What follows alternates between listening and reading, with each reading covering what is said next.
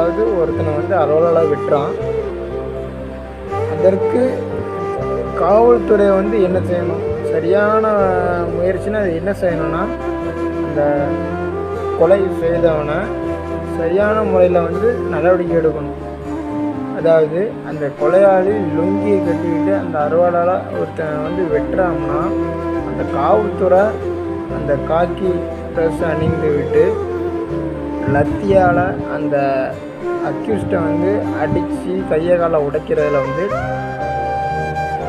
அந்த காவல்துறைக்கும் அந்த அக்யூஸ்டுக்கும் என்ன வித்தியாசம் இருக்குது?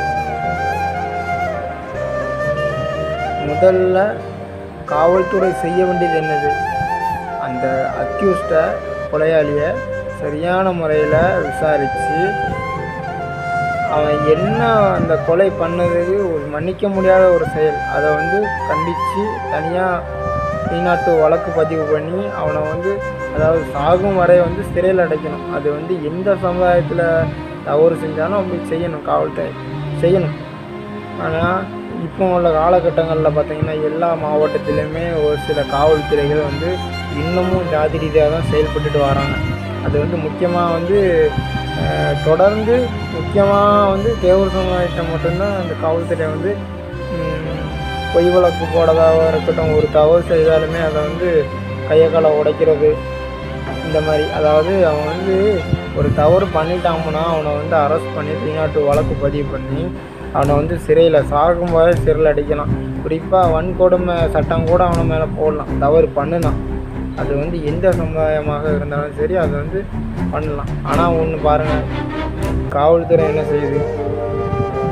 காக்கி சட்டை அணிந்து அந்த லத்தியை வச்சு அந்த அதிகாரம் கையில் இருக்குன்ட்டு அந்த மாதிரி செயல், அதாவது கையை காலை உடைக்கிறது.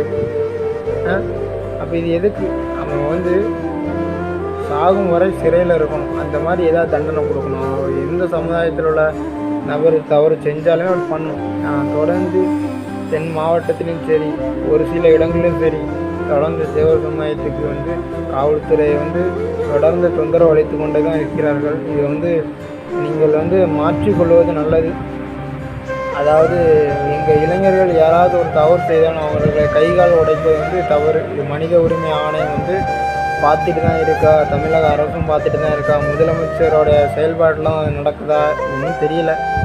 இதை வந்து நாங்கள் இளைஞர்கள் எல்லாருமே வன்மையாக கண்டிக்கின்றோம். எங்களுடைய இளைஞர்கள் படிக்கின்ற இளைஞர்கள் மேலே தொடர்ந்து பொய் வழக்கு போட்டுட்டு வராங்க ஒரு சில காவல்துறை.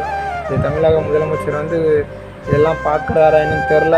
இனி வந்து தொடர்ந்து தேவர் சமுதாயத்துக்கு மேலே ஏதாவது பாதிப்பு ஏற்பட்டுட்டு இருந்தால் பயங்கரமான விளைவு வந்து தமிழக அரசு பார்க்கும். நாங்கள் வந்து ஒரு படித்த ஒரு நல்ல நிலைமையில் வந்துட்டுருக்கோம். எங்கள் மேலே அதாவது படிக்கின்ற இளைஞர்களை பார்த்து ஒவ்வொரு மாவட்டத்துலேயும் ஸ்கெட்ச் போட்டு பண்ணுறாங்க ஒரு சில காவல்துறை.